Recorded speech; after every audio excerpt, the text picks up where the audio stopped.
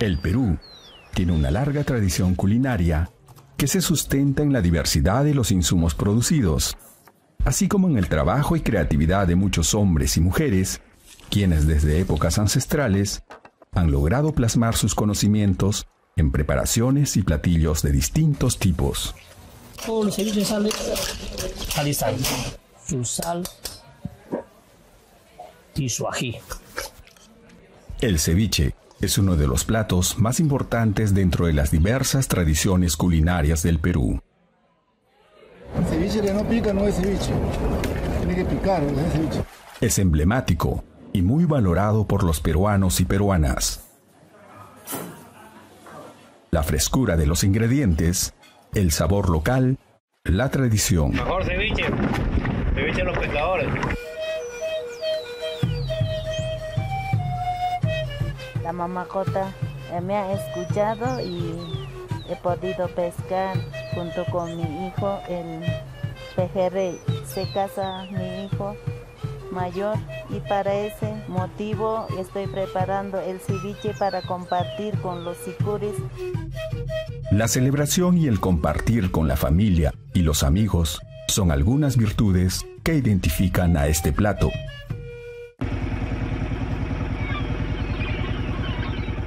A través del ceviche, se muestran y valoran las prácticas y conocimientos tradicionales vinculados a su preparación y consumo.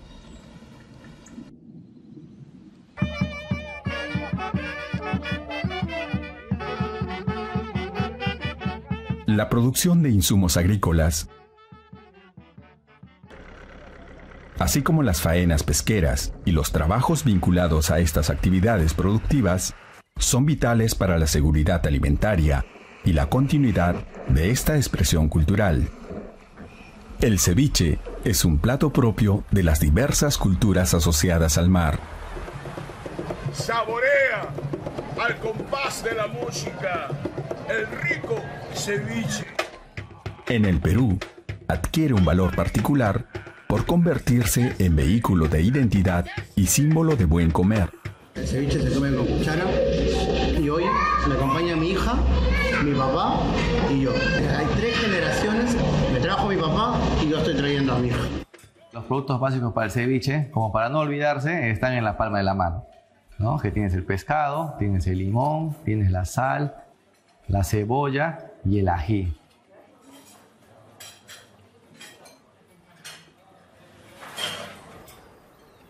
La cebolla como producto viene de Asia Central, que llegó a España, y de España viene con su segundo viaje hacia Arequipa, hacia el Perú, y sembrada en estos territorios adquiere una característica y una identidad propia, que es llamada la cebolla arequipeña o la cebolla colorada.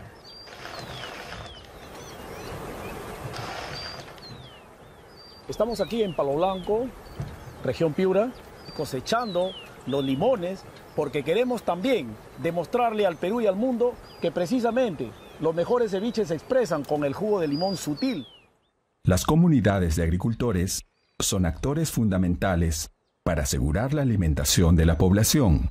Los núcleos familiares organizados para la gestión del agua, la tierra y la calidad de las semillas aseguran la sostenibilidad y diversidad de los productos agrícolas gracias a los conocimientos tradicionales vigentes. Y su ají limón. Nuestro infaltable charapita, nuestro ají de la región, es un ají que aporta mucho aroma, mucho sabor. Ahora voy a echarle las flautas. Este es el ceviche de caballa con ají mochero. Los insumos locales son valorados e incluidos en el ceviche. Es así que se tienen, por ejemplo, una variedad de ajíes en las distintas regiones. De toda la región Loreto hemos identificado y rescatado algunos ajís, los cuales estamos acá cultivando y resguardamos sus semillas, ¿no? Tenemos un promedio de 23 especies diferentes de ajís de la Amazonía peruana, ¿no? De toda la región Loreto. El ají mochero es un producto ancestral moche, actualmente recuperado por la Asociación Renacimiento Campiñero en nuestro valle, para deleite de la gastronomía nacional e internacional. Esta es mi huerta y en el cual yo he comenzado a cultivar. El ají arnaucho se encuentra ahorita en este lado, para que lo vean.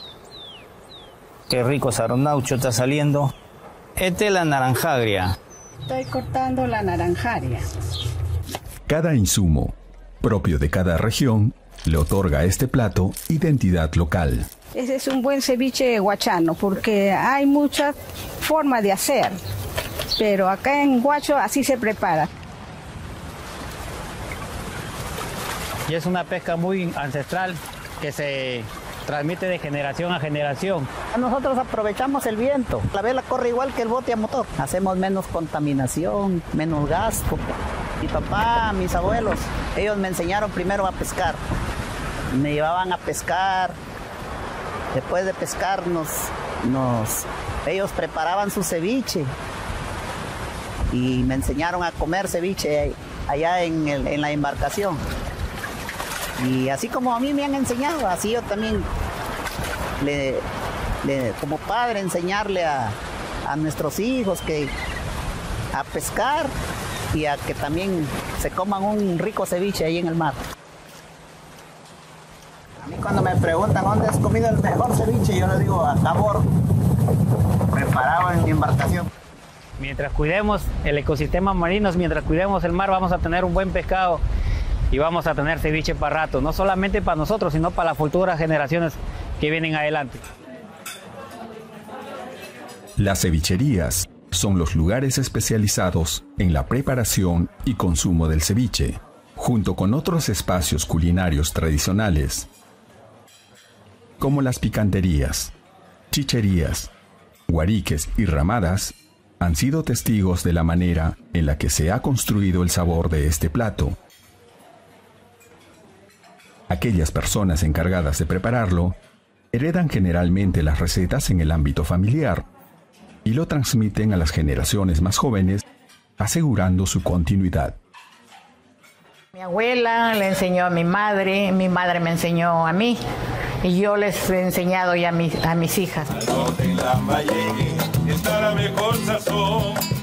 Hoy es el cumpleaños de Pablito y vamos a celebrarlo como se hace aquí en Lambayeque, con mi rico ceviche caballa. El consumo festivo del ceviche es ampliamente difundido en el país. Se asocia con poesía, literatura y música tradicional. Cocida con limón, con cuchara caballita, con camote y choclo, zaranaja, cebollita y un ají coronador.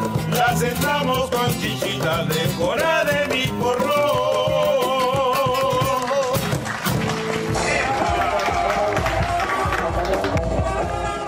Fiestas religiosas, como la fiesta de San Pedrito, patrono de los pescadores artesanales, son una viva muestra del vínculo entre este plato y la población.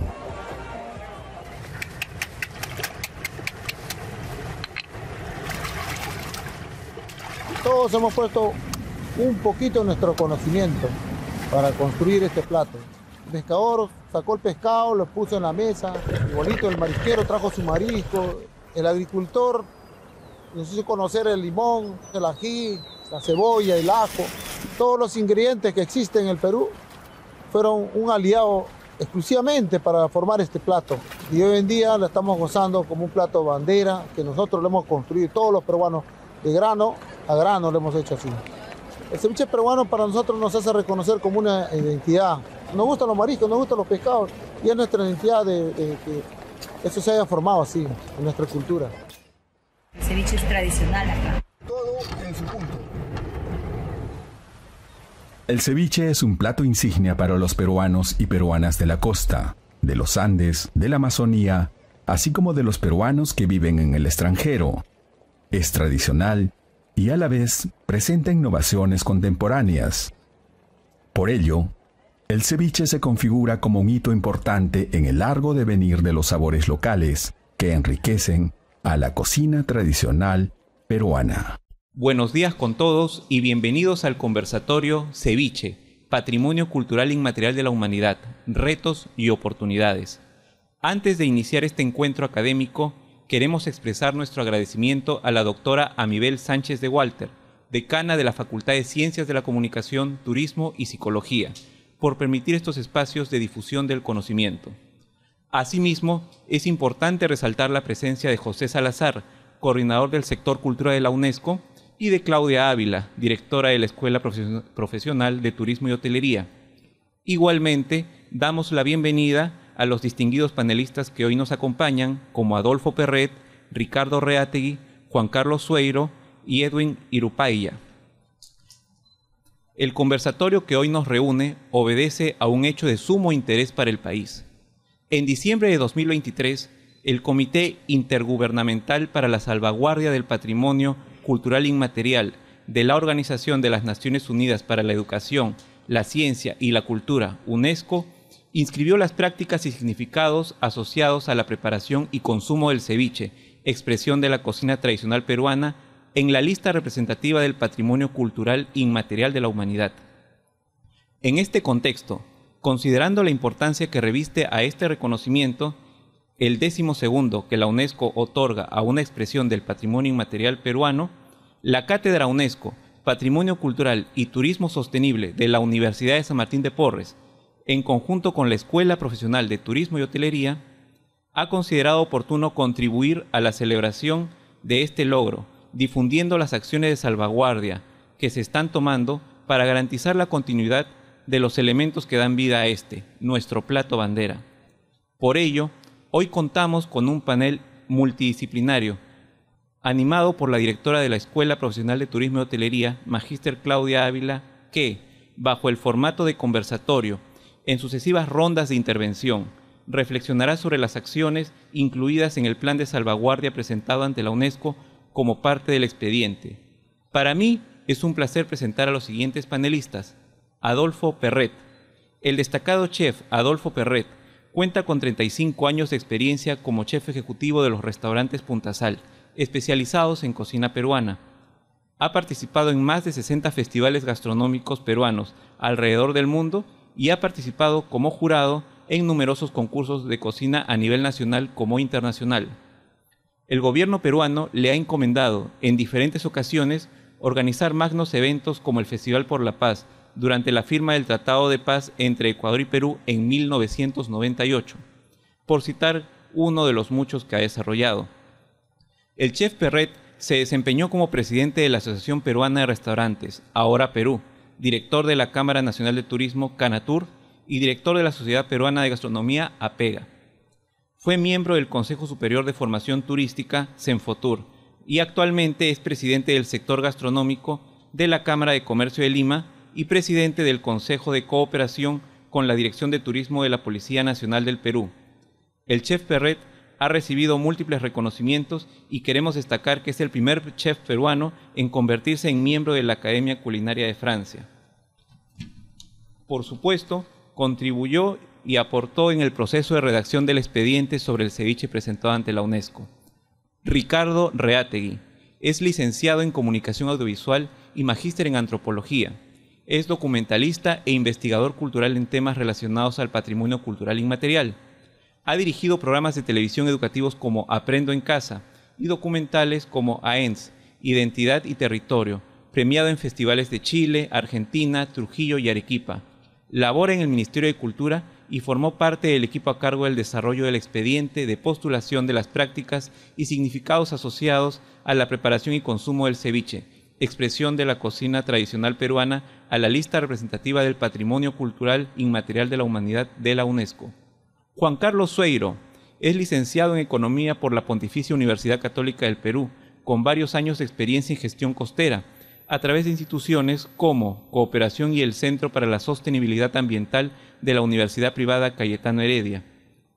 Se ha desempeñado como consultor independiente para diferentes instituciones públicas y privadas, Ha sido asesor en el Viceministerio de Pesca y Acuicultura y autor o coautor de varias publicaciones divulgativas y de investigación relacionadas a la pesquería y a la gestión costera peruana. Actualmente es director de Pesquerías de Oceana en el Perú. Edwin Irupaya, pescador artesanal con más de 30 años de experiencia. El señor Irupaya está hoy especializado en la pesca submarina. Ha contribuido a lo largo de su vida a organizar y fortalecer el gremio de pescadores de la Bahía de Lima. Actualmente se desempeña como tesorero de la Asociación de Pescadores Artesanales San Pedro de las playas de la Costa Verde. El señor Irupaya contribuyó significativamente al citado expediente, llevando la importante voz de los pescadores. Está con nosotros también, como lo mencioné hace un momento, José Salazar, coordinador del sector cultural de la UNESCO. Agradecemos mucho la presencia del señor Salazar, quien desde su amplia experiencia nos ofrecerá las palabras de clausura y reflexiones finales relativos a los temas debatidos en este certamen. Luego de las reflexiones del panel, tendremos un breve diálogo con los participantes en este conversatorio. De igual forma, invitamos al público a que pueda hacernos llegar sus preguntas en las hojas que, para este fin, se les entregará con posterioridad y que serán recogidas al final de la última ronda. Asimismo, se agradecerá que todos los estudiantes tengan su celular en modo silencio. A fin de ofrecer las palabras de bienvenida a este conversatorio, dejo con ustedes a la señora Soledad Mujica, directora de la Cátedra UNESCO Patrimonio Cultural y Turismo Sostenible de la Universidad de San Martín de Porres. Adelante, por favor. Muy buenos días con todos y con todas. Es un placer compartir esta mañana con ustedes. Quiero agradecer, por supuesto, a nuestra decana por habernos permitido este espacio de encuentro alrededor de esta celebración del ceviche. Muy buenos días a nuestros distinguidos invitados, Adolfo, Ricardo, Edwin, Juan Carlos y José. Muchas gracias por compartir hoy día sus experiencias con nosotros. Esta convocatoria efectivamente nos permite celebrar el reconocimiento de la UNESCO a nuestro plato de bandera. Pero lo que nos permite sobre todo es que estos distinguidos profesionales, bajo la animación de nuestra directora de la Escuela Profesional de Turismo y Hotelería, puedan reflexionar sobre la importancia de salvaguardar los distintos elementos que componen el sistema del ceviche, que sabemos que es muy complejo, y reflexionar sobre el impacto de la salvaguardia de estos elementos. Queremos que este conversatorio sea sobre todo un homenaje a quienes forman parte de la cadena de valor del ceviche. Estoy pensando en los pescadores artesanales de la costa, que representa aquí don Edwin, pero estoy pensando también en los pescadores que pescan en ríos y en lagos, en los Andes y en la Amazonía, y que hacen que el ceviche tenga esa maravillosa proteína de base y que sea distinto en cada parte del Perú. Pero también estoy pensando en los agricultores, por ejemplo, los productores de cebolla en Arequipa o del rico choclo de Junín o de todos aquellos vegetales que los peruanos le vamos poniendo al ceviche en cada parte del Perú, por ejemplo, el ceviche con zarandaja, ¿no es cierto? En cada parte el ceviche adquiere la personalidad, la identidad de los peruanos de esa zona. Y no solamente hablamos de quienes proveen los insumos, hay también quienes desde las cocinas en nuestro hogar nos permiten disfrutar de ese plato, pero también desde las cocinas en las cevicherías, por supuesto, en los huariques, en las picanterías, ¿no es cierto?, hacen del ceviche lo que es para nosotros.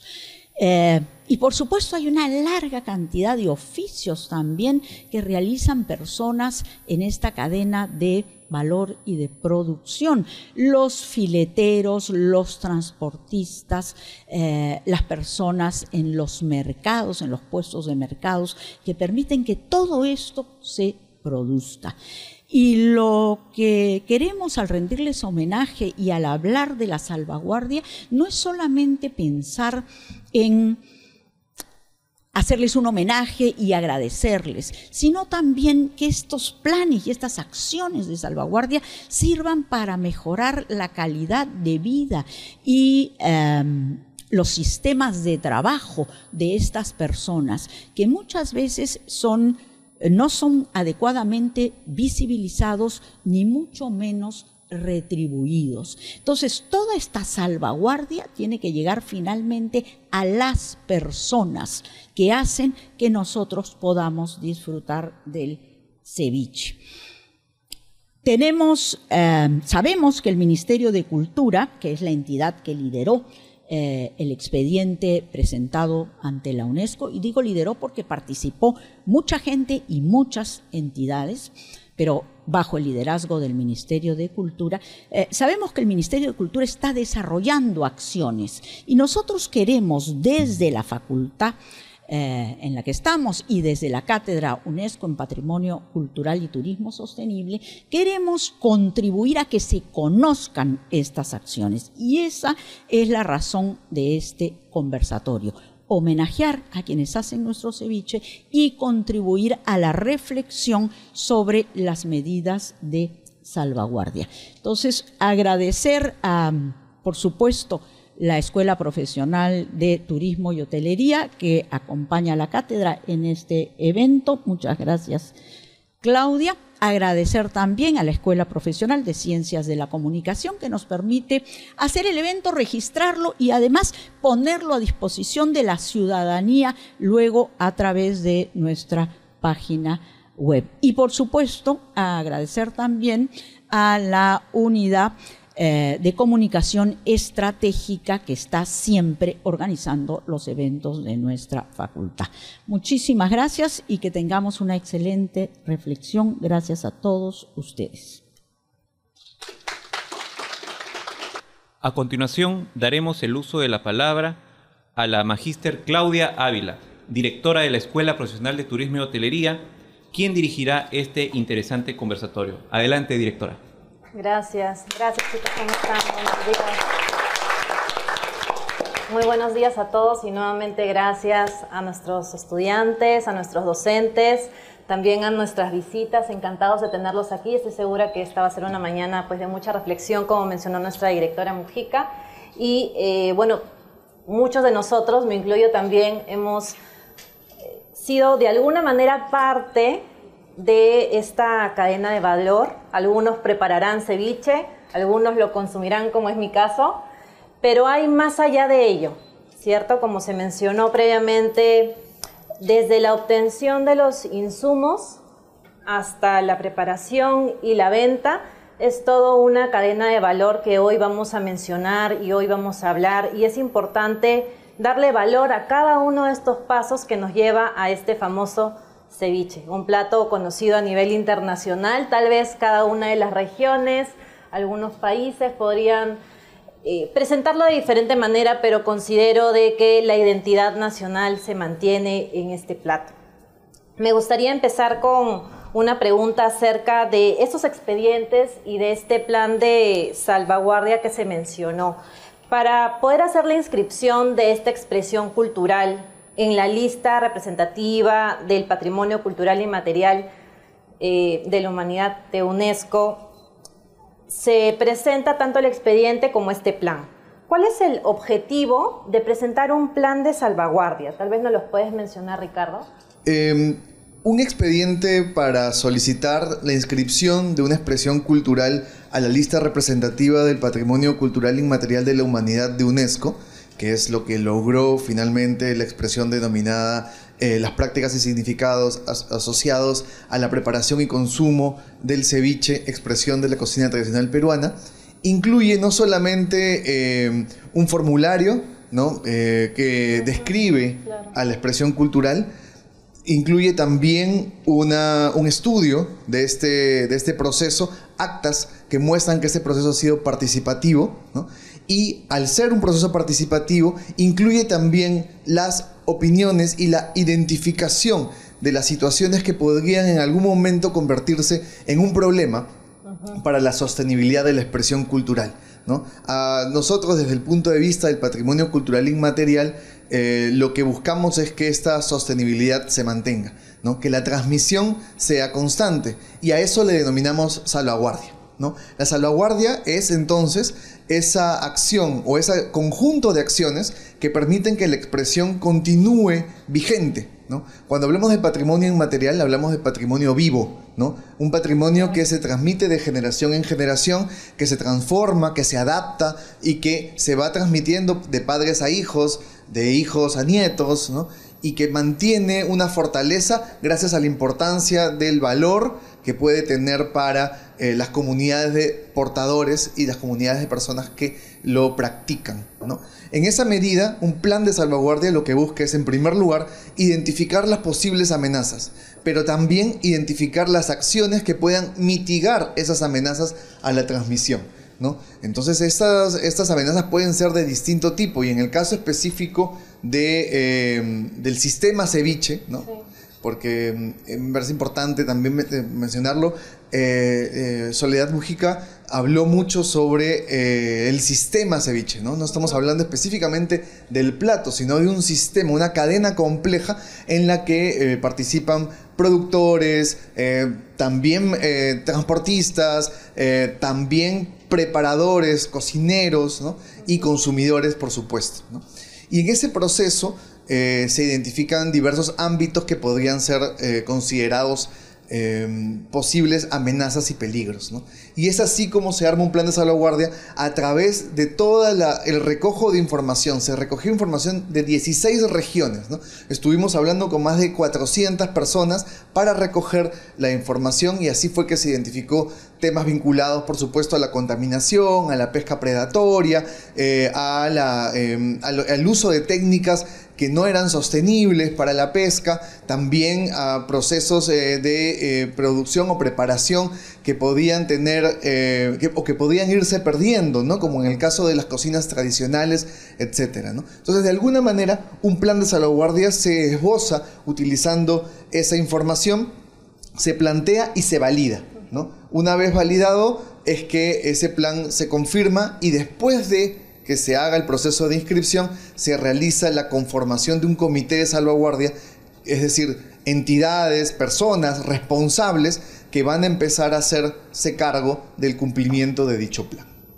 Excelente, muchísimas gracias por tu comentario, Ricardo. Y mencionaste mencionaste que una de las problemáticas, una de las amenazas, bueno, definitivamente hay muchas, pero van a depender de las regiones. Por ejemplo, el señor Adolfo viene de Piura, si no me equivoco, de Talara, y conocemos que esta región es muy rica, da mucho alimento en cuanto a la pesca, pero también a los limones. ¿Qué pasa si hay una fuga de petróleo? ¿Qué pasa por el cambio climático? No tenemos estos limones verdes ricos que nosotros conocemos. ¿La problemática cambia por región? Efectivamente, ¿no? La problemática cambia por región, y es por eso que en el plan de salvaguardia se especifica, ¿no? Cada una de las regiones que participaron en el registro, cuáles son sus amenazas particulares, y después se hace un cuadro más general, ¿no? Y por supuesto, ¿no? Por ejemplo, no es la misma la situación del limón en la zona norte que, por ejemplo, en la zona amazónica, donde también hay limón, ¿no? O la problemática de los ajíes, ¿no? Hay ajíes mejores posicionados que otros ajíes, ¿no? Por ejemplo, el ají limo se considera un ají fundamental, ¿no? Para la preparación del ceviche. Sin embargo, hay muchos ajíes regionales que se utilizan también para lo mismo. El ají mochero, el ají arnaucho, ¿no? Que cada vez, y estoy seguro, muchos chefs ya los utilizan de manera constante, ¿no? Porque el sabor es particular de cada uno de los ceviches, ¿no? Entonces, como lo mencionas, cada región tiene su particularidad, y es por eso también en cada región tiene su propio sabor, ¿no? Hay allí una tradición culinaria, una tradición de sabor que se plasma en el modo de preparación del plato, ¿no? Excelente, muchísimas gracias. Tal vez nos pueden mencionar un poco más acerca, ya nos mencionó Ricardo acerca de la sostenibilidad. ¿Hay algo que quiera agregar? A ver, yo te podría mencionar de que si vamos al tema de salvaguardas para poder preservar esta tradición, sí, es importante mencionar de que hay desde los actores en la pesca, que nos traen el producto, hablamos en tema de toda la cadena productiva, la trazabilidad. Tenemos que buscar primero que también en los puertos haya agua, haya unos buenos lugares o hangares donde poder tratar el pescado de tal manera que éste llegue no solo al transporte de la mejor forma y que sea luego llevado a los lugares donde se expende el pescado, sino que hay toda una forma de cómo hacerlo y de cómo lograr de que este pescado realmente llegue a la mesa de la mejor forma. Hablamos de la calidad y la mano del cocinero hace al plato un plato excelente que puede transmitir lo que nosotros estamos buscando, la esencia de nuestro país. Comer y dice, sabe a Perú, esto me gusta, esto es rico. Pero ante todo esto también tenemos la problemática, como mencionaste, sobre el tema climático. El año pasado nomás nos afectó tremendamente el cambio climático y esas temperaturas que no llegaron para de alguna manera, como le llaman, impulsar a la planta a reaccionar y florar, ¿no? Hemos tenido problemas no solo con el limón, sino con la vid y también con las aceitunas. Este año estamos pasando un poco de problemas con el aceite de oliva, que no va a haber mucho, y aceitunas tampoco, pero eso ha sido debido a este cambio climático. Entonces son temas que tenemos que afrontar, y nosotros dentro de la cadena, como restauradores, como empresarios, como cocineros, tenemos que estar atentos para que en la búsqueda de generar la continuidad de nuestros negocios, tengamos que irnos acomodando a qué es lo que tenemos en la mano y por estacionalidad qué es lo que podemos ir logrando para poder satisfacer a estos paladares peruanos que son exquisitos y que los extranjeros que nos visitan pues realmente se puedan llevar una grata experiencia a la hora que vienen a consumir nuestra cocina. Ahora, es importante de que el Estado también apoye de alguna manera en esos momentos donde se tiene que ver la colaboración tanto del sector público como del sector privado, para que en la conjunción de ideas y soluciones se pueda paliar de alguna manera para que esto pueda realmente tener el resultado que nosotros deseamos. Excelente, muchísimas gracias. Bueno, usted mencionó algo también que podría sumar, que es la transmisión de prácticas. Una transmisión de prácticas que puede ser de familia en familia, de los mismos restaurantes, compartir consejos, compartir estas buenas prácticas en todo lo que va la cadena de valor en el consumo del ceviche, ¿no? Tal vez nos puede mencionar acerca de estas buenas prácticas el señor Edwin, que bueno, como se mencionó, él es representante de los pescadores.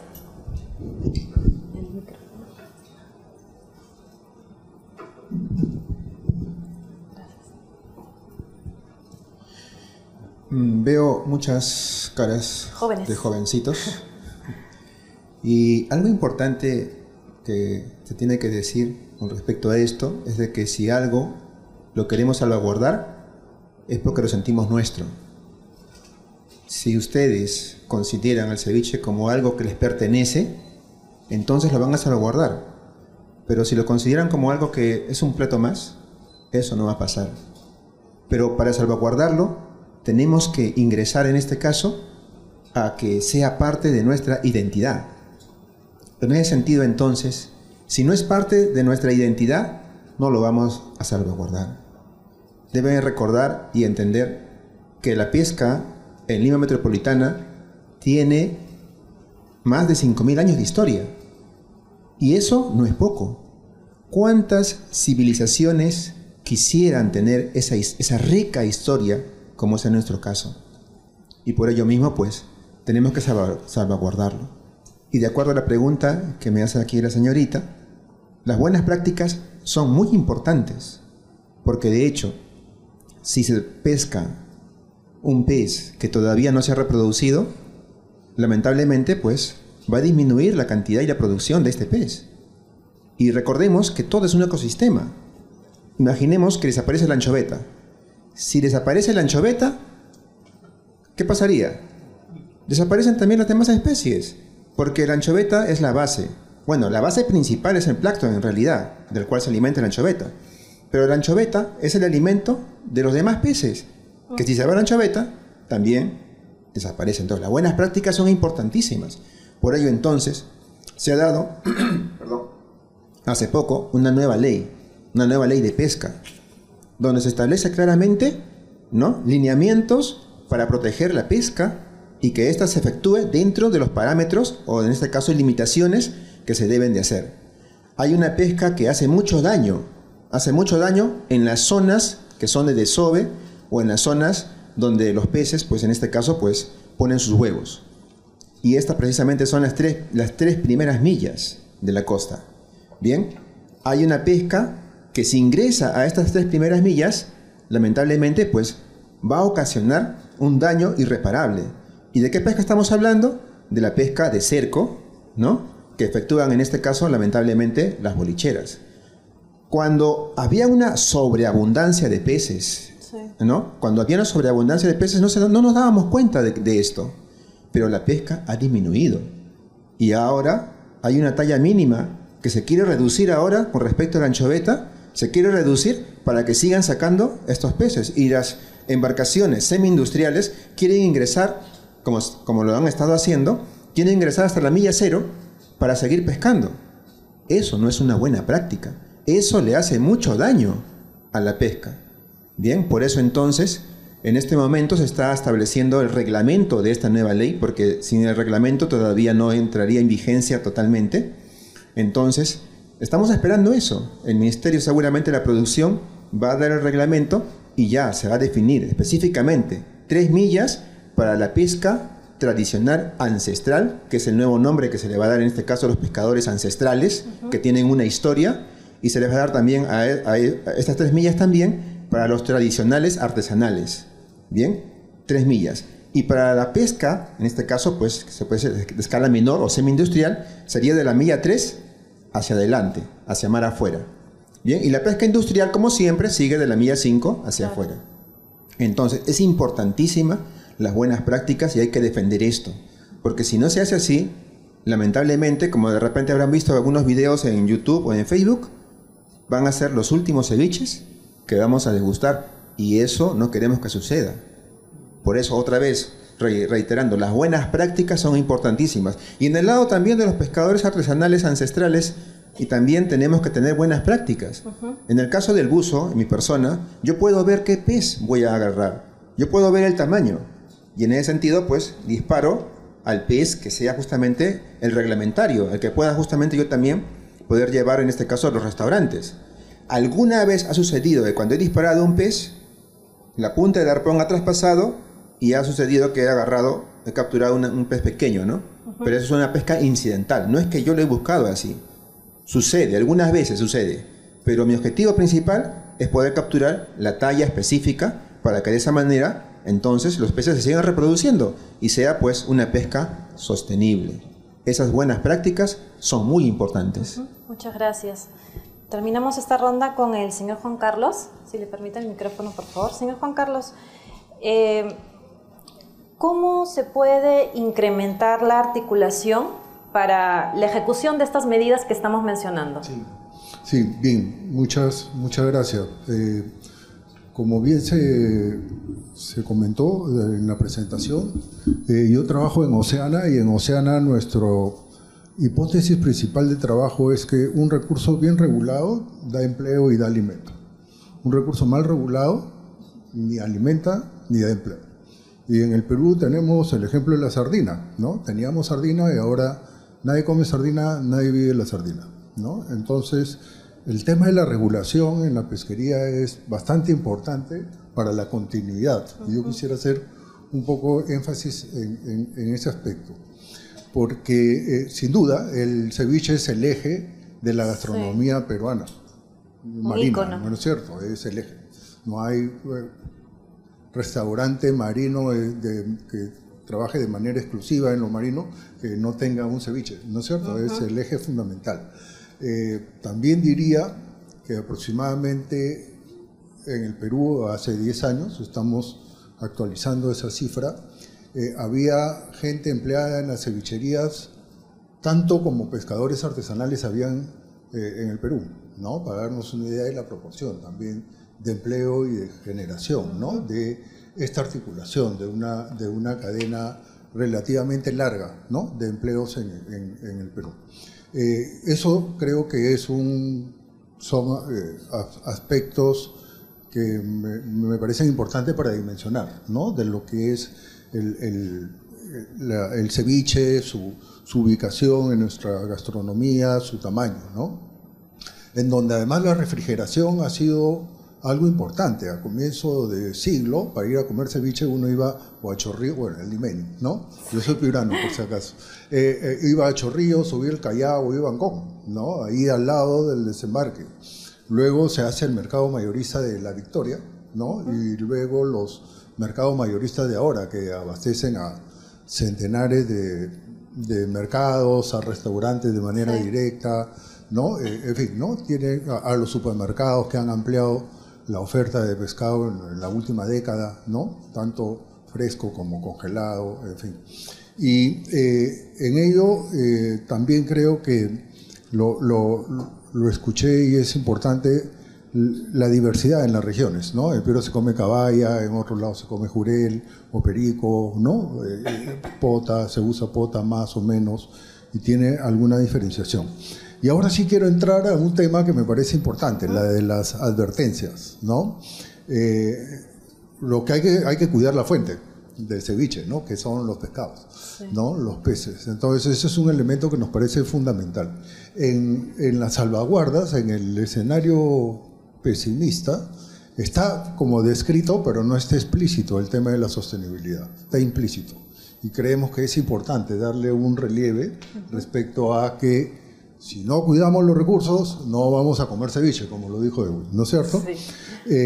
Y eso yo creo que es un aspecto que no solamente se refleja, en que no haya, sino en algo que también lo ha advertido Edwin y muchos pescadores en el país. Cada vez es necesario irse más lejos, cada vez es necesario gastar más combustible, ¿no? Cada vez es encontrar peces que sean no tan grandes, ¿no? Como una de las características en este tema.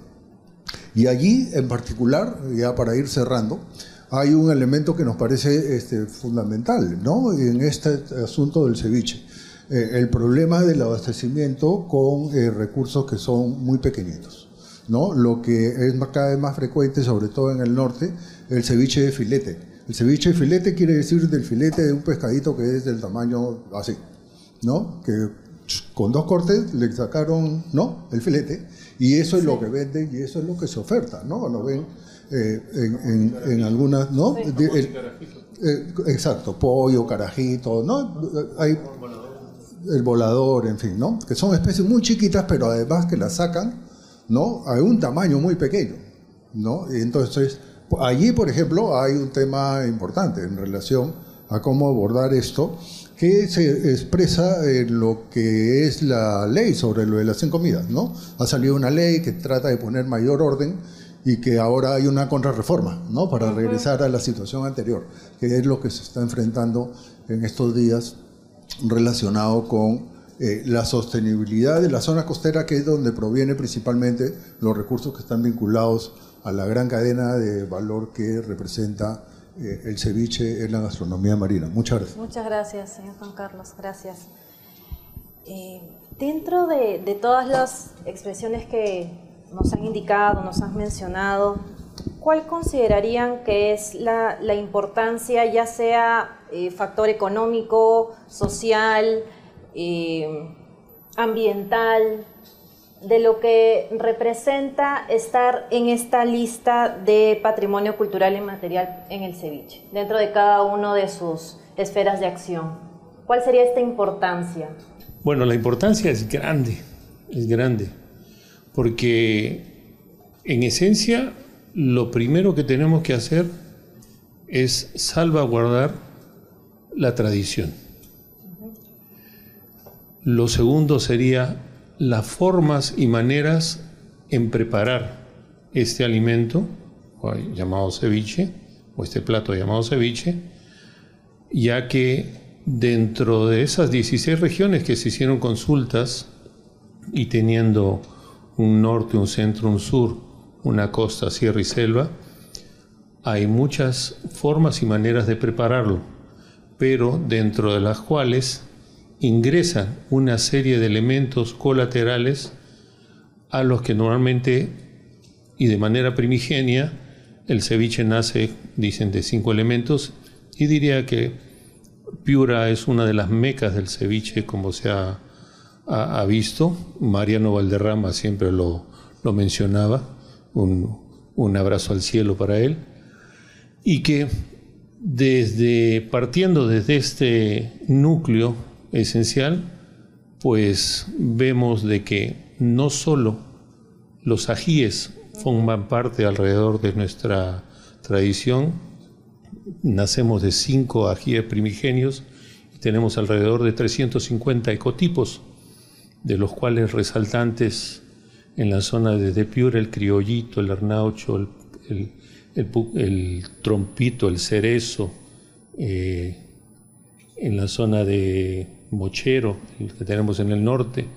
Pues si nos vamos a la selva, Yuyo, Pucunucho, Charapita, el Misquiuchu, el ají dulce, el rocoto en sí. Pero siempre hemos visto de que hay un ají que nos prodiga ese gustito y hasta sabor, ¿no?, que es el ají limo. Pero también elementos como la zarandaja, la yuca, los chifles en algunos casos, la papa también, o también nuestro choclo, y también no solo el choclo, sino también el mote, han formado y son parte esencial.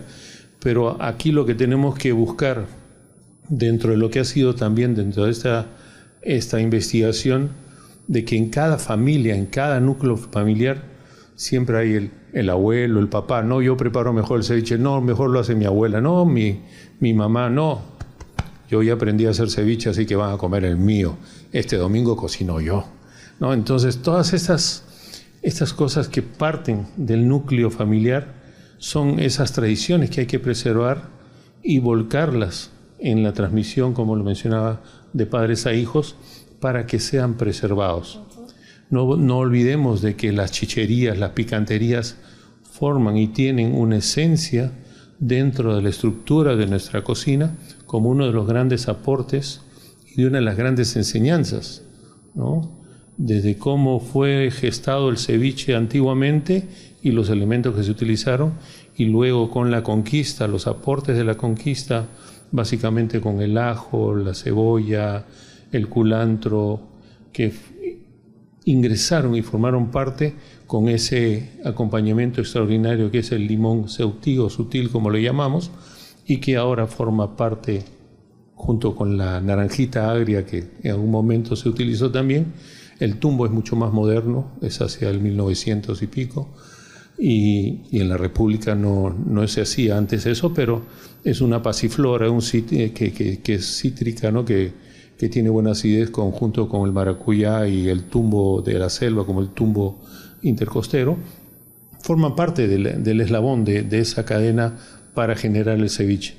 Lo que tenemos que lograr es de que esto no se pierda y que en la forma y uso y costumbre de generarlo, pues podamos lograr preservarlo siempre en el tiempo, y que sea pues un ceviche el que sorprenda a propios y extraños para que se lleven la mejor experiencia en nuestro país. Muchas gracias, Adolfo. Sí, efectivamente concuerdo contigo, todos nosotros somos embajadores por la identidad cultural que tenemos. Entonces, probablemente algunos no sepamos cocinar, pero sí tenemos este ADN de identidad cultural, ¿no? De todo lo que, no solo del ceviche. Exactamente, el recutecu. Muy bien. En la actualidad, el Ministerio de Cultura viene trabajando en la implementación del Comité de Salvaguardia. Una vez inscrito este elemento, ya en la lista representativa, lo que se hizo, ¿no?, en diciembre del año pasado, finalmente lo que se está generando ahora es toda la gestión para la conformación de este Comité de Salvaguardia, que va a ser integrado tanto por los sectores del Estado que participaron en la primera etapa, es decir, los ministerios de Salud, Agricultura, Ambiente, Relaciones Exteriores y nosotros, ¿no? Quienes desde el inicio estuvimos en el proceso. También se van a convocar actores locales, pero también representantes de los productores, es decir, de los pescadores artesanales, de los agricultores, ¿no? Y en general todo el proceso, todos los eslabones de la cadena productiva están siendo representados, ¿no? De momento estamos en reuniones preliminares, pero el plan es ese, ¿no? Y dentro de estas primeras reuniones han salido algunas ideas que son bien interesantes, ¿no? Una propuesta de parte del Ministerio de Salud de generar el concepto de ceviche seguro. Es decir, que podría ser una propuesta interesante, digo yo, porque lo que se va a asegurar es asegurar la llegada de un pescado sano y seguro a la mesa, ¿no? Y exactamente, ¿no? Entonces, ese proceso implicaría varias acciones en la parte previa, ¿no? Es decir, en la parte de la protección de los ecosistemas, sí, ¿no? En la parte también de una pesca sostenible y responsable, ¿no? Y también en el manejo inocuo de los insumos para esta preparación, ¿no? Un segundo punto es también en convertir a los embajadores del ceviche, ¿no? Chefs y también gente que lo prepara para los amigos en el extranjero y en la casa, ¿no? En también ser embajadores de la sostenibilidad del ceviche, ¿no? Que implique justamente un proceso en el que podamos decir, yo preparo ceviche, pero preparo un ceviche sostenible para todos, ¿no? También ser embajadores de la sostenibilidad del plato, no solamente del sabor, ¿no? Que no es poco, ¿no? Hablábamos también de esta genealogía del sabor que se podía encontrar en diversos espacios, ¿no? Los sabores de los ceviches norteños y los ceviches del sur, los ceviches de los Andes y amazónicos van transformándose según las propias influencias de sabor que tienen en las propias zonas, ¿no? Y eso tiene que ver con los insumos que se utilizan, por supuesto, pero también con esa cosita, ¿no? Con ese recuteco, ¿no? Que le damos a los sabores en cada uno de nuestros espacios, ¿no? El problema, y muchas veces hemos visto a lo largo de la investigación, las amenazas a veces son diversas, ¿no? Si bien hemos identificado claramente amenazas vinculadas con el espacio, con lo que se podría denominar un tema ambiental, ¿no? Que podría ser la contaminación, la pesca predatoria, el mal manejo de la sostenibilidad de la pesca, ¿no? También hay otro problema, y seguramente don Edwin va a ahondar en el tema, que puede ser el desconocimiento de la labor del pescador artesanal, o del que se denomina ahora el pescador tradicional ancestral, ¿no? Este desconocimiento lleva muchas veces a no respetar sus zonas de acceso tradicional a las zonas de pesca, ¿no? Y en muchos casos, muchas municipalidades, por desconocimiento, ¿no? Deciden prohibir el acceso, o en todo caso cerrar los accesos o privatizar los accesos. Lo cual nos lleva a un punto grave, porque y lo sabemos todos, ¿no? El gran porcentaje de la pesca que comemos en los restaurantes vinculada al ceviche viene de los pescadores tradicionales ancestrales, ¿no? La pesca de los lenguados, de la chita, no viene de la gran pesca industrial, ¿no? La gran pesca industrial tiene otros mercados, ¿no? Quienes nos traen los insumos para la preparación de esos ceviches que comemos en las cevicherías a las que vamos son los pescadores tradicionales ancestrales. Y si no les damos un espacio seguro de pesca, no vamos a tener ese ceviche seguro que queremos tener, ¿no? Gracias. Y ahora que lo estás mencionando, cuando se habla de esta certificación de calidad, nos aseguramos de que está llegando un ceviche fresco, con un pescado fresco. Estaríamos eliminando también muchos mitos que van en relación al ceviche. Por ejemplo, se menciona que el ceviche o el pescado no se come en la noche porque no es fresco. Y de alguna manera estaríamos eliminando muchos de estos mitos que en algún momento lo mencionaron, que quedan en eso, ¿no? Quedan en mitos. Bueno, es que ayudaría a mejorar no solo la economía de muchos restaurantes, en el caso nuestro, que somos dedicados a pescados y mariscos, a cevichería, el que no utilizamos nuestras instalaciones en la noche. Imagínate, en la noche se podría obtener de repente un 30, 40, 50% adicional de la venta en el día. Eso ya tienen que verlo, ¿no? Pero comer pescado de noche, cuando el pescado, justo aquí estaba anotando, hablando de los 5 elementos principales del ceviche, vámonos a las 5 S, ¿no? Ceviche seguro, ceviche con S, B chica, ceviche seguro, sano, saludable y sabroso. Creo que la noche nos depara buenas experiencias porque el limón, siendo alcalino, de alguna manera ayuda muy bien en la digestión, y el pescado, teniendo una digestión mucho más rápida que otras proteínas, pues se catapulta, junto con los mariscos también, a ser un buen plato para consumirlo de noche. Ya se están haciendo algunas campañas para ello, y creo que sería importante porque la afluencia de turismo que estamos teniendo del viejo mundo hacia nosotros nos está viendo al Perú ya como un país que tiene todo. Y pues su gastronomía ha sido uno de los mejores adalides en este momento para podernos promover a nivel mundial y ver la fortaleza que tiene nuestro país.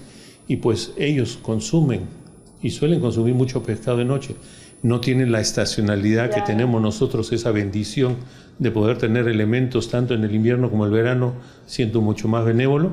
Ellos lo tienen de manera muy fuerte, cruda y hasta exagerada muchas veces, que no tienen los elementos como nosotros lo tenemos. Entonces nos catapultamos a ser un país para poder tener una oferta con mayor envergadura, y la noche podría ser también, pues, al igual que esta influencia de la cocina japonesa oriental en nuestra cocina, la cocina Nikkei propia de los hijos de japoneses, pues está generando un polo de negocio bastante bueno. Muy interesante. Sí. Y ahora que lo mencionas, también me vino a la mente esto de, bueno, ustedes que son tan conocedores, van al restaurante y en un segundo identifican, está usando este pescado, está usando este ají, pero ¿qué pasa con los extranjeros o con personas que les gusta comer, que les gusta el sabor, pero por ahí le están cobrando de más, es otro tipo de pescado, no pueden identificarlo? Me ha pasado muchas veces, ¿no? Y creo que con este sello va a minorizar tal vez, y va a transparentar la venta del ceviche en sí, ¿no?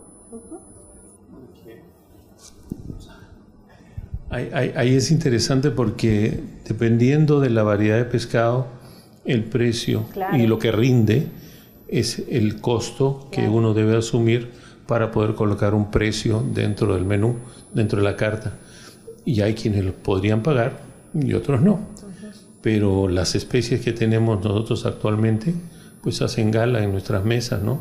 Simplemente hay que tener conciencia de qué es lo que debemos obtener, no depredar nuestro mar, y buscar en el conjunto de acciones de poder salvaguardar esa forma de cómo lograrlo para poder tenerlo siempre en nuestras mesas, ¿no? Correcto, muchas gracias. Señor Juan Carlos, ¿y usted qué considera que es la importancia, el valor de considerar a este plato o esta cadena dentro de la lista de UNESCO?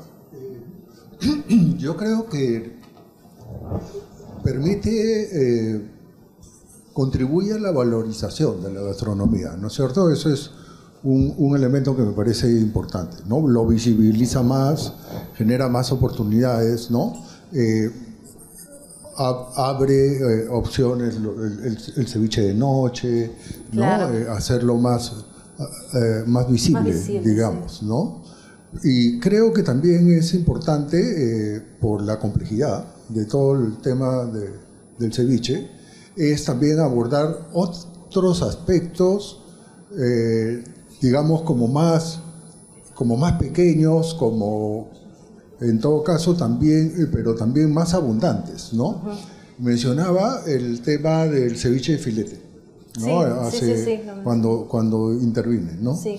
Y ahí yo creo que un elemento que pudiera ser importante es que las preferencias cambian, ¿no? Uno habla, ¿no? Escucha, yo soy economista, entonces los gustos y las preferencias, pero los gustos y las preferencias cambian. Y en el tema del pescado hay varios ejemplos, ¿no? El ceviche limeño se ha piuranizado.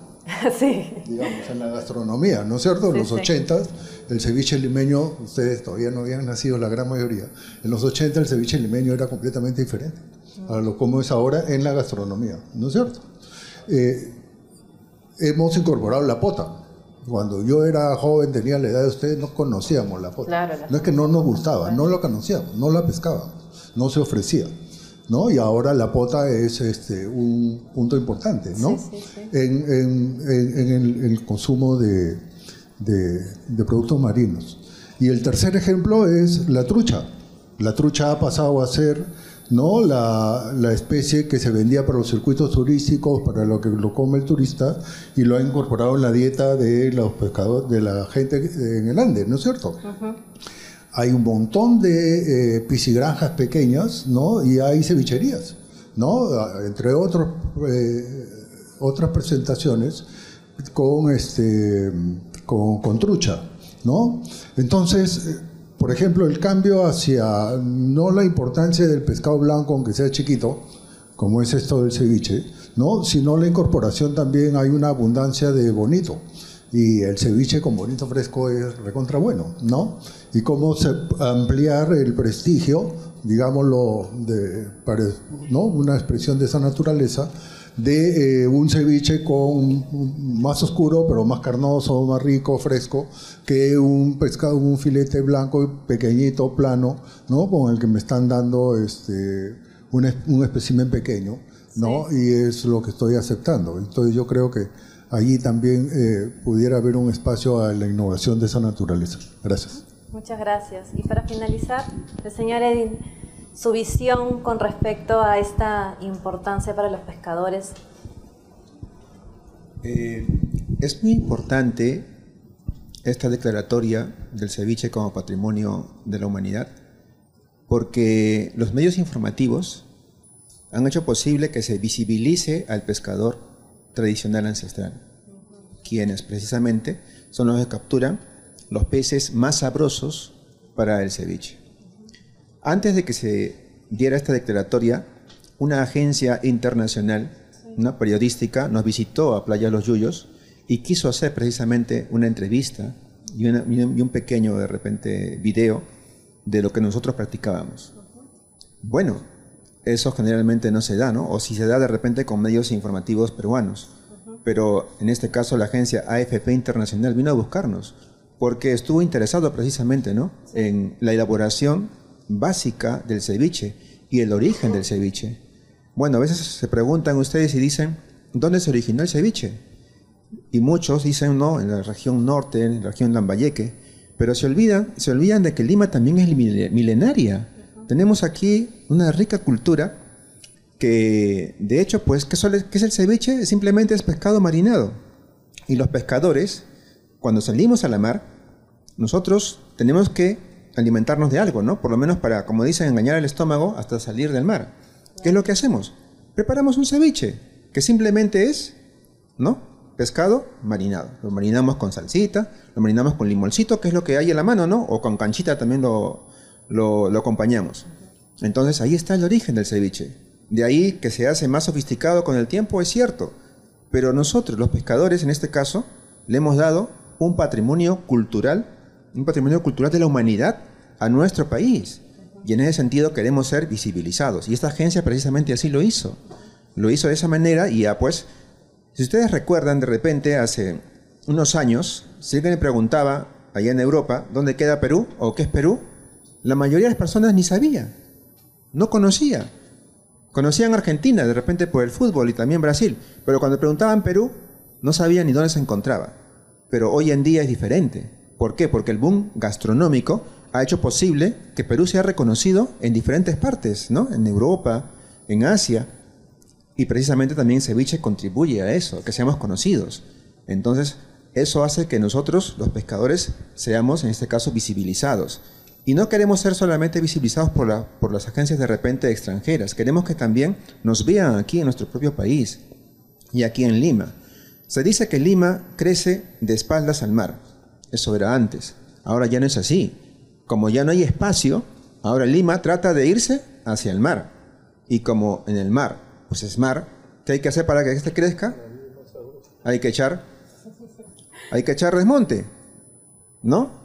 El primer daño ecológico, que lamentablemente es así, fue un daño ecológico cuando se construyó la vía expresa. Todo el desmonte de la vía expresa, ¿dónde se echó? Pues se echó al mar. Ustedes pensarán que todo el mar es uniforme, no es así. Las orillas son las partes más ricas, en donde podemos encontrar un ecosistema diverso. Pero ¿qué pasa cuando se le echa desmonte a las orillas? Todo eso se pierde y el mar tiene que volver a generar otra orilla. Y eso demora por lo menos 60, 70, 100 años para que se pueda recuperar así como estaba antes. Y eso fue justamente, pues, como se dice, el desastre ecológico que se hizo en ese momento. Bueno, no se pensó. Ahora tenemos una vía expresa ahí, los beneficios que se obtuvieron, pero con ese sacrificio, ¿no? Con ese sacrificio. Claro, son pros y también hay en contras. Pero hay que pensar en que no debemos seguir afectando el fondo marino. Tenemos que protegerlo y la nueva ley de pesca precisamente hace eso. Proteger el fondo marino. Tenemos que cuidar. La playa Los Yuyos, se llamaba así Los Yuyos, porque ahí crecía el yuyo comestible del ceviche, ¿no? Siempre cuando se comía antes un ceviche te ponían los yuyos encima. ¿Ahora es así? ¿Ahora le ponen el yuyo? No, ya no. El foco del yuyal, se podría, si existe la palabra, ¿no? Que existía aquí en la Costa Verde, era precisamente Playa Los Yuyos. ¿Pero qué ha pasado? Ahora está enterrado por arena. Todo ese yuyo se ha enterrado. ¿Por qué? Porque se ha hecho una construcción, el Club Marina, donde se estacionan los yates. Y esto hizo que la arena venga y entierre todo lo que es Playa Los Yuyos. Quedaba la mitad, se enterró. La otra mitad fue afectada precisamente por la construcción. Y ahora ya no hay, en este caso, pues esa pradera de yuyos ya no existe. Es un daño irreparable. Ya no sucede así. ¿Ve? Pero otras partes de la Costa Verde se están recuperando, como por ejemplo Playa Los Pavos. Playa Los Pavos en este momento se está recuperando y ahora es un pequeño paraíso. Hasta han venido tortugas marinas. Si ustedes visitan Playa Los Pavos y se quedan con mucha paciencia observando la playa, van a observar no solamente una, dos, hay como 2 docenas de tortugas marinas en este momento. Han aparecido las langostas, ¿ve? Han crecido las algas. Hay choritos entre piedra y arena. O sea, se está transformando esa zona, se está recuperando, así como eran mucho más antes. Los pescadores antiguos nos cuentan de que era pues un lugar donde solamente entrabas, trabajabas 1 hora y te retirabas, porque era suficiente. ¿Para qué más? Decían ellos. Pero ahora no es así. Entonces hay que buscar que se recupere la Costa Verde. La Costa Verde, desde Miraflores hasta el Callao, es oscuro, ¿no? Es desmonte que se ha echado. Y cuando uno se sumerge ahí, pues no encuentra vida, solamente piedras desnudas de color rosado, nada más. Y eso no debe ser así. Por eso, si queremos nosotros hacer que en este caso, pues, el ceviche, ¿no? se siga manifestando y que lo conozca todo el mundo, tenemos que proteger en este caso también, ¿no? Las áreas donde se reproducen los peces. En eso nos ha ayudado en este caso, pues, la declaratoria de patrimonio, porque nos ha visibilizado, ha hecho que se conozca más. Y también ha hecho que se conozca la historia. ¿Ustedes saben quiénes fueron los Ichmas? Bueno, cada vez que preguntamos nosotros a las personas quiénes son los Ichmas, no saben quiénes son los Ichmas. Todos se identifican como incas. Pero los incas solamente gobernaron esta zona un poco más de 100 años. Son los Ichmas y la cultura Lima y la cultura Wari quienes hicieron de esta zona un paraíso. ¿Ve? Porque solamente era un eriazo. También eso es posible, la declaratoria. Que se conozca la historia, nuestra historia, que es nuestra. ¿Ve? Y es milenaria. Y tenemos que hacer justamente pues que se propague, ¿no? El ceviche, la declaratoria misma, ha contribuido a todo esto y me parece algo estupendo y que tenemos que seguir indagando más. Gracias, gracias.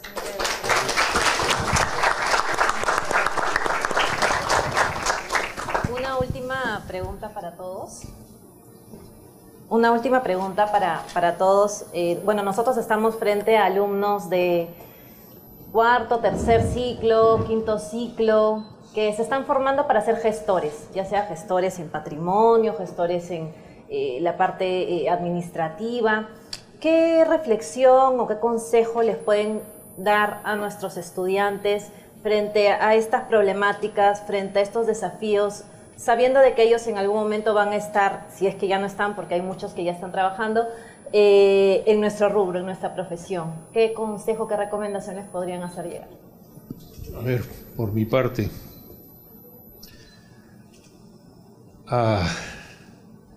hace muchos años, cuando quise hacer mi negocio, me planteé 10 de ellos. En esos 10, el número 10 era emprender un negocio de pescados y mariscos. Era el último, y ahí estoy, quedó como primero. Pero eso fue probablemente gracias a 3 pilares fundamentales fuera de los sueños que yo tenía como muchacho: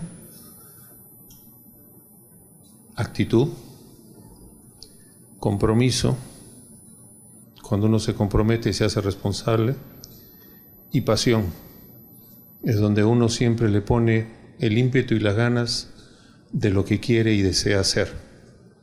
Hay una llama pequeña aquí que cuando la necesito ese fuego, esa inspiración, volteo la perilla y crece y me ayuda a que con los 5 sentidos pueda mirar las cosas con mayor objetividad. Es importante dentro de sus vidas la capacitación, el capacitarse, el investigar para luego poder innovar.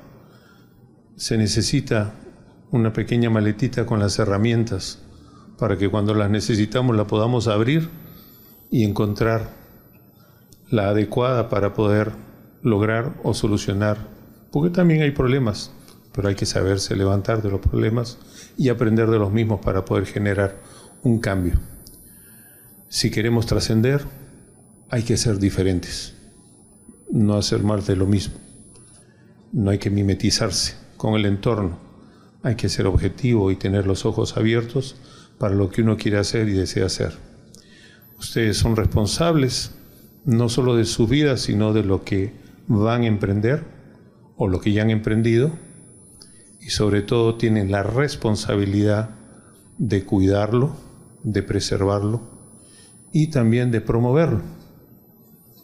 Nuestra cocina, cuando quiso ser diferente, buscamos la manera de vestirla mejor, porque nuestra cocina era un poco burda, se sirve como camionero y aquí y allá, y se sigue haciendo, pero en los restaurantes ya no. Hay otra forma, hay otra manera de verla para poderla mostrar, y eso de alguna manera nos enseñó a poder apreciarla desde otro ángulo. Entonces creo que esas actitudes que uno hace y requiere en la vida para poder salir adelante tienen como motor principal la actitud. Así que vayan por ella y cumplan sus sueños. Gracias. Muchas gracias.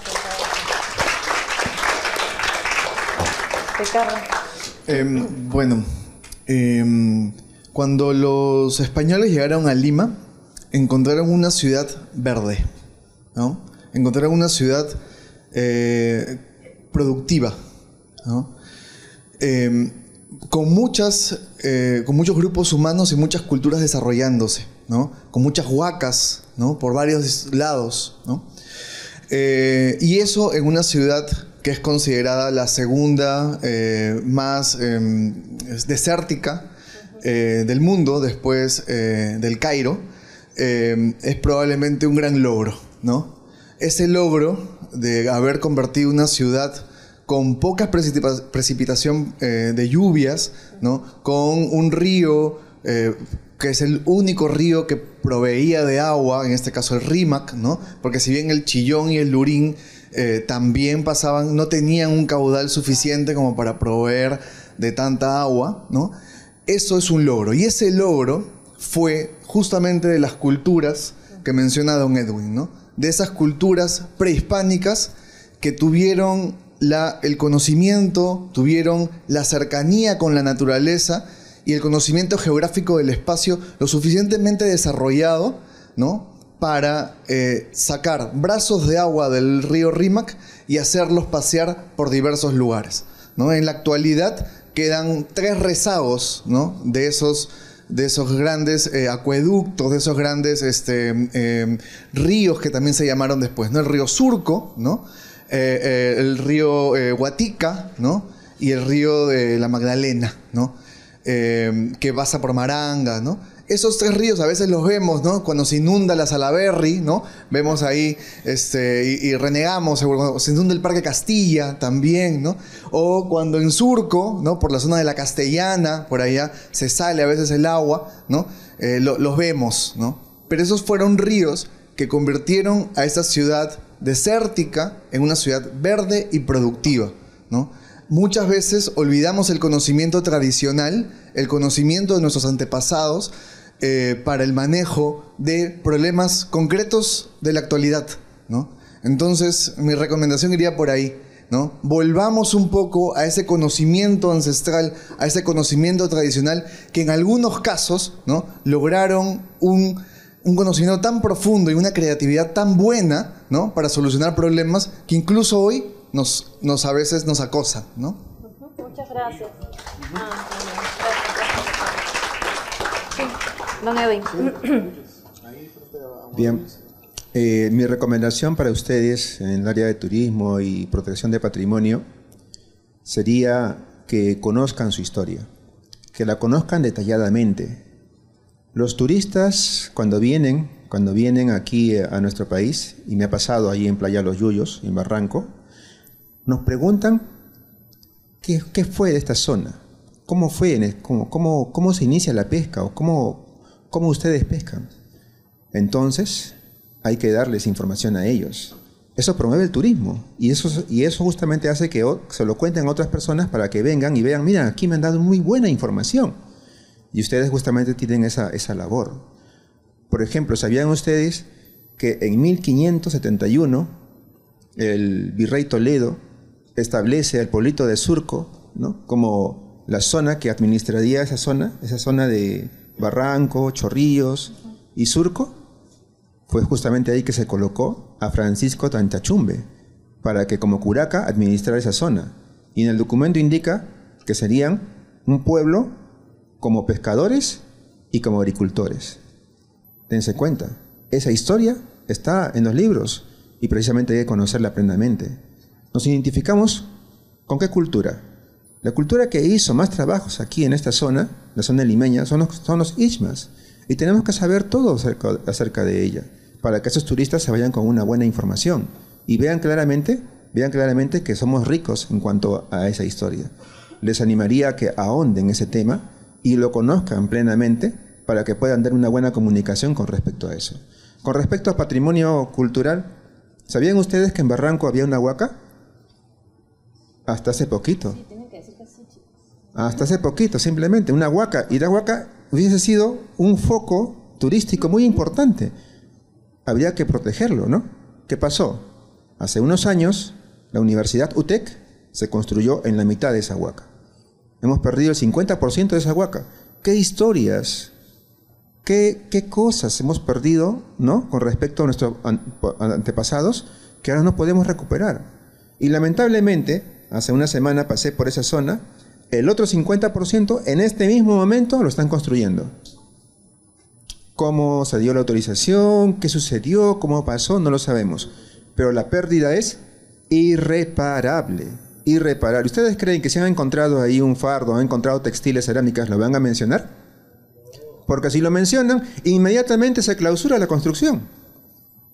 Efectivamente, ¿no?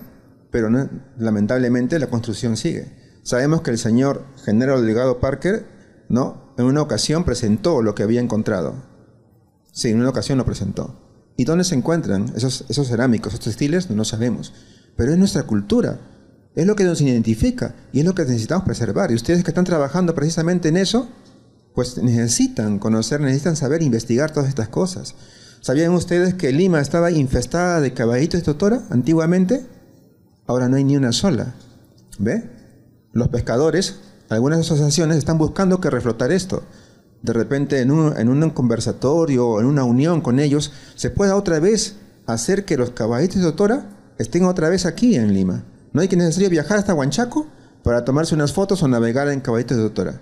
A las personas les gusta, a los turistas les gusta. He tenido la oportunidad de conversar con muchos turistas porque a Barranco vienen bastantes turistas y se les ha podido explicar la historia, en este caso de la pesca. Les animo a conocer perfectamente su historia y a propagarla para que de esa manera pues tengan ustedes una buena representación y hagan un buen trabajo y se les remunere, por supuesto, por ese buen trabajo. Muchas gracias.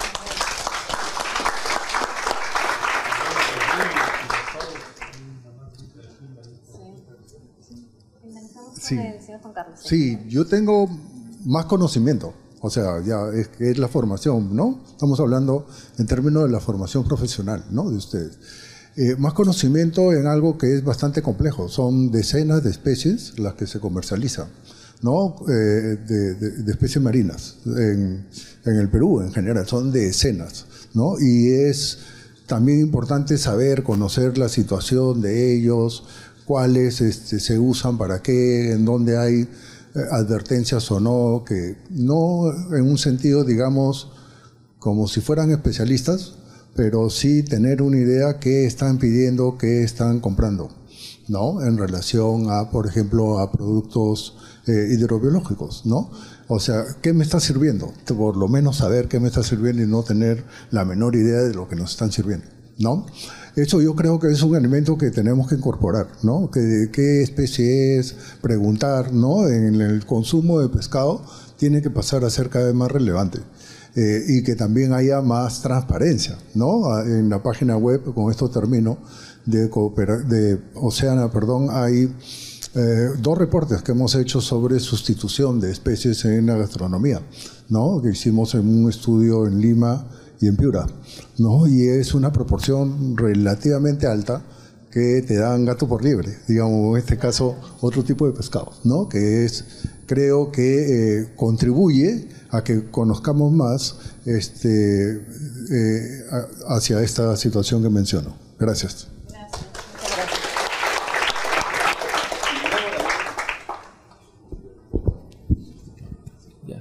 Y luego de haber escuchado los planteamientos de nuestros destacados especialistas, pasaremos a formular 2 de las preguntas planteadas por ustedes, de manera que sean resueltas por nuestros ponentes. Para Edwin Irupaya, que describa las mejoras de la nueva ley de pesquería y si los pescadores artesanales están participando en la reglamentación correspondiente.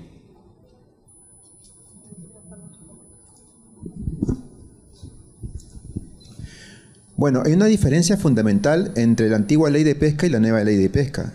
La antigua ley de pesca establece como pescadores, la definición de pescadores, a industriales y artesanales. Esa es la antigua ley de pesca. Y bueno, en su momento funcionó. Los industriales, por supuesto, se refiere pues a la pesca industrial, y los artesanales se refería a la pesca de menor escala, o sea, semi-industrial, y también nosotros, los ancestrales, los artesanales mismos, ¿no? Tradicionales. Sin embargo, pues la nueva ley de pesca ahora establece casi lo mismo. Las 5 millas, para este lado están los industriales, pero ahora queda de las 5 millas hacia la orilla, donde estaban la pesca de menor escala y la pesca tradicional, artesanal, ¿no? Entonces se ha hecho una limitación allí. Es decir, las 3 primeras millas serían para la pesca tradicional ancestral. ¿Bien?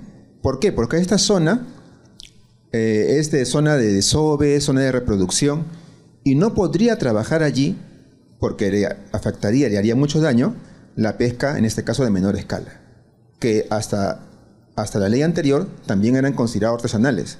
Según la nueva ley, a este tipo de pesca de menor escala, a la pesca de bolicheros, ¿no? Ese tipo de pesca donde se utilizan maquinarias o motores para levantar las redes, ese tipo de pesca está bien especificado y tienen que trabajar de la milla 3 hacia adelante, ya no hacia la orilla, sino hacia adelante.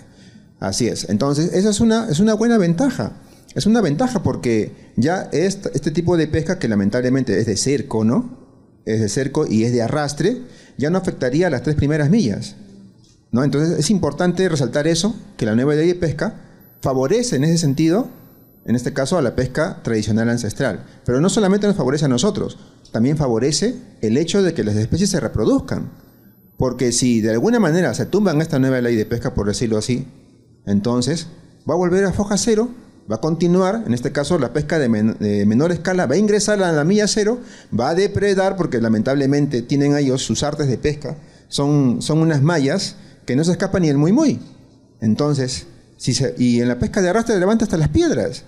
Entonces, lamentablemente, pues va a acabar con la pesca. No va a haber para nosotros no podemos competir, es imposible que podamos competir con ellos. Por eso, la nueva ley de pesca se establece que de la milla 3 hacia el océano trabajen ellos. Ellos están quejando, ellos están ahorita haciendo campaña para que esto no sea así. Pero si las autoridades han colocado precisamente este ordenamiento, es para justamente proteger, en este caso, la reproducción de las especies. Y continuemos comiendo, en este caso, pues el ceviche que tanto nosotros queremos, ¿no? Que proviene, la mayoría, de la pesca artesanal. La segunda pregunta, por favor, ¿cuál era? Ya, la siguiente pregunta, muchas gracias. La segunda pregunta. La segunda pregunta para él es sobre los pescadores artesanales están participando en la reglamentación. Muy bien. Efectivamente, hubo una reunión en Chorrillos, una reunión donde se invitaron a diferentes OSPAs. OSPAs es una organización pesquera, y se nos invitaron también a nosotros, que somos de Barranco y Miraflores. Y les puedo decir que lamentablemente había mucho desconocimiento, ¿no? Lamentablemente no hay una educación, y en ese sentido, en una ocasión la Universidad Ricardo Palma nos ofreció una capacitación a los pescadores, y también la Universidad Científica. De repente, no sé, también puede hacer la Universidad San Martín. Nos ofreció una capacitación para poder nosotros estar más educados con respecto a lo que nos conviene y no nos conviene, ¿no? Pero en líneas generales el pescador siempre va a defender, ¿no? Va a defender su pesca y va a defender su zona donde trabaja. El impacto que podamos hacer nosotros es mínimo, y nosotros nos consideramos bien guardianes de las 5 millas. Y en ese sentido, pues queremos proteger. Sí, estamos participando, pero lamentablemente, como les digo, hay poca información así detallada y definida. Pero al final de cuentas, pues nosotros queremos que ese reglamento salga, para que en ese sentido nosotros mismos pues podamos ya hacer valer la ley, la nueva ley de pesca, y que se respete, ¿no? Las 3 millas para los pescadores tradicionales, es de la milla 3 hacia adelante para los semi-industriales, y de la milla 5 hacia adelante para la pesca industrial. Muchas gracias. Ahora, la segunda pregunta para concluir con esta ronda, para Juan Carlos Sueiro. He oído que hay la posibilidad de que se cree una reserva marítima. ¿Contribuiría ello a la sostenibilidad del ceviche y las especies marinas? Sí, bueno, de la que están hablando es de la reserva del mar tropical, ¿no? Siempre es bueno un área marina protegida, porque genera un como desborde. Si uno no pesca en una zona o tiene determinadas restricciones de pescar en una zona, esa zona empieza a crecer lo que hay ahí y sale, ¿no? No se queda, ¿no? Sale y hay un desborde y hay una como migración, ¿no? Hacia otras zonas en donde sí se puede pescar. Eso es, digamos, como parte de los principios en relación a proteger determinadas áreas marinas. El problema que hay, ¿no?, en el país es que en el año 2021 se estableció la Reserva Marina de Nazca, y se hizo de una manera que contraviene la ley y permite que embarcaciones industriales puedan pescar en el área. Y eso no está permitido en las áreas marinas, está regulado, que no es así, ¿no? Y se ha interpretado mal, no un supuesto derecho adquirido, porque en primer lugar el pescador, el armador, el dueño de la embarcación, lo que tiene es el derecho a pescar, y es el Estado donde le dice dónde, cómo y cuándo. No es como las concesiones petroleras o mineras, que yo tengo un territorio, ¿no? El derecho es a que pesques. Incluso le está reconociendo derechos a embarcaciones extranjeras, ¿no? Entonces es un completo sinsentido. Y a raíz de eso, la Sociedad Nacional de Pesquería ha pedido que pueda pescar dentro de la Reserva Nacional de Paracas, está en este proceso, ¿no?, judicial. Y es un tema, ¿no? Ha habido un evento en relación a eso la semana pasada, en fin, respecto a si la flota industrial puede capturar, en este caso, ¿no?, especies anchoveta dentro de las reservas naturales marinas. ¿A cuáles se involucraría? A Paracas, ¿no?, que tiene más que las 5 millas, y algunas islas del sistema de reserva de islas y Punta Guaneras, porque normalmente las puntas y varias de las islas están muy cerca de la costa. Entonces hay una restricción de las 5 millas, pero lo que esté fuera de las 5 millas puede estar sujeto a una actividad pesquera con una intensidad muy grande. Entonces hay que resolver eso primero antes de ir generando áreas marinas protegidas en donde van a ser de papel. ¿No es así? Entonces eso es uno de los temas que en Oceana estamos trabajando. Gracias. Estamos llegando a la parte final de este encuentro y es momento de invitar a José Salazar, coordinador del sector Cultura de la UNESCO, para que nos brinde las reflexiones finales sobre el tema tratado el día de hoy. Las palmas, por favor. En primer lugar, agradecer a la Universidad San Martín de Porres por esta invitación, a Claudia como directora de esta facultad y a Soledad Mujica, con quien he tenido la oportunidad también de trabajar juntos en épocas pasadas, y ahora directora de la Cátedra UNESCO, y felicitarles por este espacio, porque es uno de los mandatos y roles principales de las cátedras UNESCO, ¿no? Estas cátedras, por si no lo sabían, y aprovecho para contarles muy rápidamente, son plataformas que impulsa la UNESCO para que la academia genere puentes con la ciudadanía, involucrando a la comunidad universitaria, involucrando a estudiantes, pero también involucrando a actores del sector privado, a portadores de patrimonio inmaterial, a investigadores, a científicos, en fin, a múltiples actores para hablar sobre temas específicos, ¿no? En este caso, esta cátedra que dirige Soledad Mujica está enfocada justamente al turismo sostenible y patrimonio cultural, y me ha tocado a mí hacer un balance general, o es lo que me han pedido, hacer un balance sobre todo lo que se ha discutido por este excelente panel, a quien también quiero saludar en nombre de nuestra organización y felicitar por haber participado de una forma muy activa y colaborativa en el proceso de construcción de este dossier que lideró el Ministerio de Cultura. Es uno de los más importantes quizás que tiene el Perú formulado dentro de los 13 que ahora forman parte de esta lista representativa, y que invito también a que puedan mirar cuáles son las otras 12 expresiones de patrimonio inmaterial. Están en la web de UNESCO. Si ustedes entran al Google y ponen lista de patrimonio inmaterial, lista representativa, van a encontrar las 3 expresiones que tiene el Perú.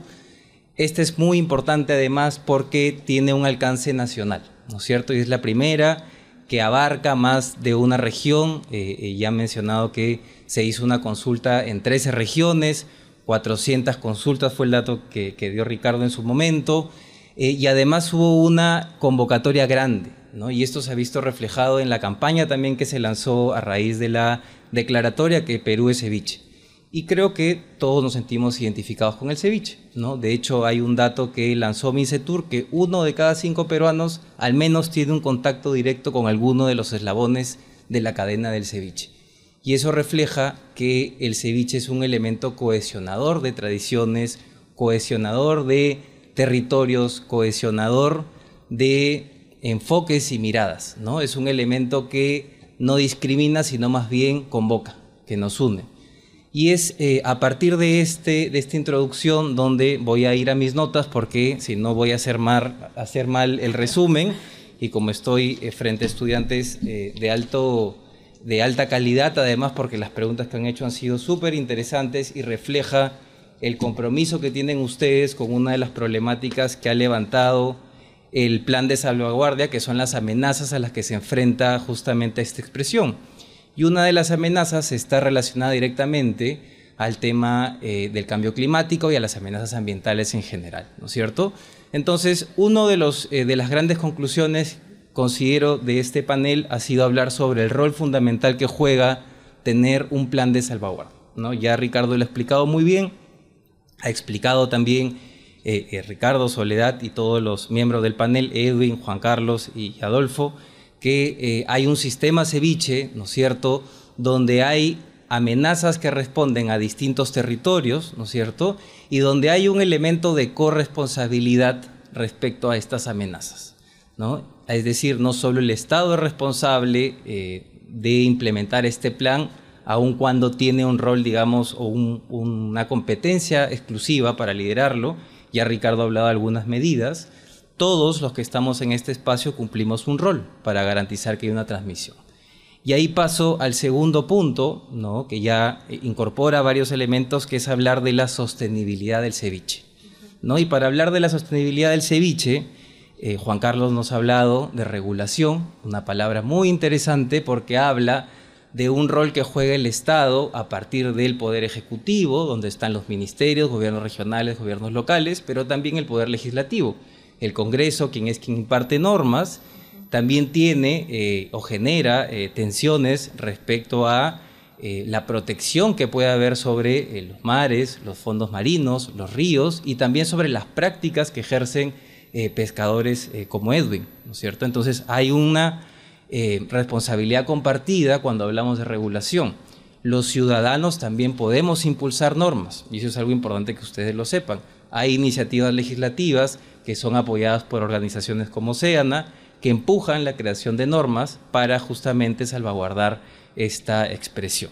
Luego hemos hablado de buenas prácticas, ¿no? Y ahí también hay otro rol importante donde estamos involucrados los ciudadanos, pero también están involucrados los pescadores, ¿no? Edwin dio un ejemplo que me pareció muy bonito, además, que es cuando tira el arpón, ¿no? Y hay usó un término que era incidente, era una pesca incidental, ¿no es cierto? Entonces, esto habla de una conciencia también desde quien ejerce un rol activo en esta práctica, y hay otros que quizás no están aplicando unas prácticas al mismo nivel, ¿no?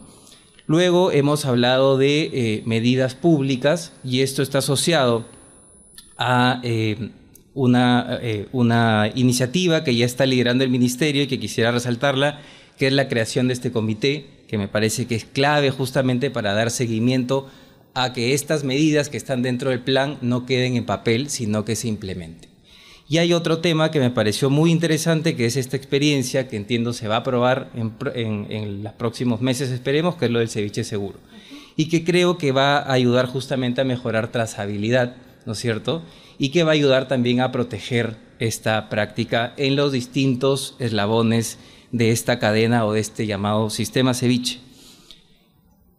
Luego hemos hablado de algo muy interesante, que es la visibilidad de información. Visibilidad, primero, para resaltar y destacar el rol que juegan todos los actores que son parte de la cadena, ¿no? Soledad mencionó a los transportistas, por ejemplo, pero también están los estibadores, ¿no es cierto? Están los productores de todos los elementos que componen el plato. Ya Adolfo ha hablado de la variedad infinita de ajíes, y hay otras variedades de acompañamientos, como el mote, por ejemplo, la zarandaja. Yo, siendo chiclayano, he comido ceviche toda mi vida de chinguirito, acompañado de zarandaja, por ejemplo, y lo comía de las manos de mi mamá, que es también, considero, una cultora del patrimonio inmaterial, porque mi mamá no es cocinera de profesión, sino que aprendió de su abuela y aprendió de su bisabuela, ¿no? Entonces hay una conexión de todos los que estamos acá de alguna manera con el ceviche.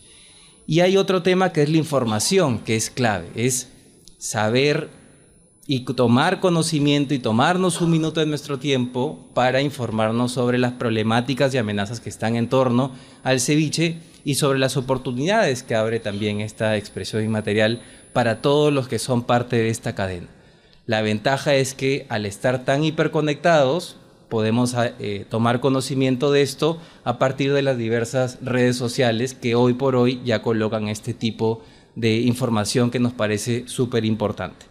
Y en esa línea también invitarles a ustedes, en cuanto a información, a investigar, que es importante que la academia se involucre a seguir profundizando en cuestiones relacionadas a esta práctica o estas prácticas asociadas al ceviche, y darle también elementos nuevos, ¿no es cierto?, para promover quizás nuevas medidas de salvaguardia.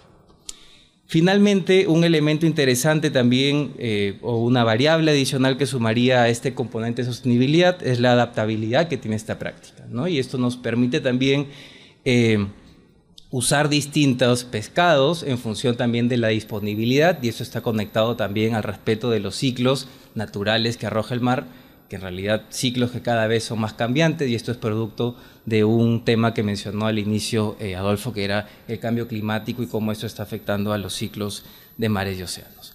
Entonces, con esto concluyo con las reflexiones y el balance general, y salvaguardar nuestro patrimonio vivo, promover la diversidad cultural y construir un futuro sostenible donde la herencia de nuestros antepasados continúe siendo una fuente de inspiración e identidad, es responsabilidad de todos y todas, y es una responsabilidad que nos debe llenar de orgullo. Muchísimas gracias. Gracias.